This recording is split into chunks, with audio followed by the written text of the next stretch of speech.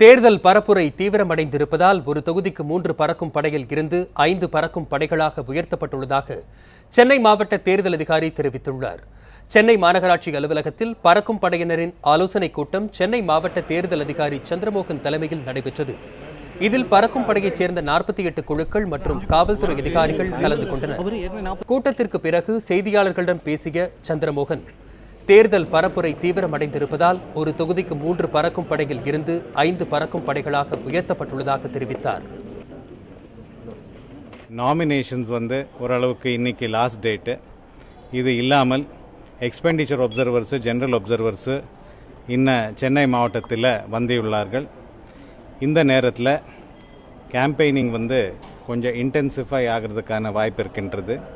இந்த கூடுதல் வேலைகளை பார்க்கறதுக்காக இன்னைக்கிலிருந்து ஒவ்வொரு சட்டமன்ற தொகுதியிலுமே கூடுதலாக ஒரு ஸ்டாட்டிக் சர்வேலன்ஸ் டீமும் ஒரு வீடியோ சர்வேலன்ஸ் டீம் கூடுதலாக நம்ம டிப்ளாய் பண்ணிட்டு இருக்கின்றோம்.